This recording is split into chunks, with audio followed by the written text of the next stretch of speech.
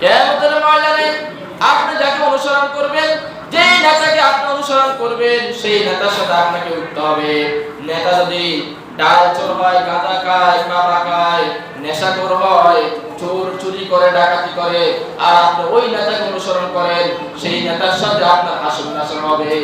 ঠিক কি না? নাকি আমি বানিয়ে বলছি?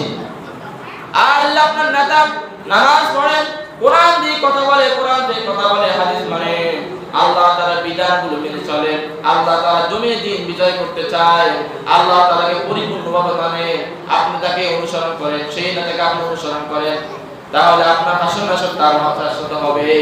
ঠিক কি না? তাহলে আমরা কি করি? আমরা অনেকে যে চোর ডাকাত, কেউ যদি মেম্বারি খাড়ায়, চেয়ারম্যানে খাড়ায়, ভালো মানুষ যে এর ভোট দিই না। ঠিক কি না? এটা বললে বলবে হুজুর আপনি তো ওদিকে কম কেন, ওদিকে ইসলাম নাই? আছে কি না? ইসলাম এমন কোন জায়গা নাই যেখানে ইসলাম নাই, সব জায়গাতে ইসলাম আছে।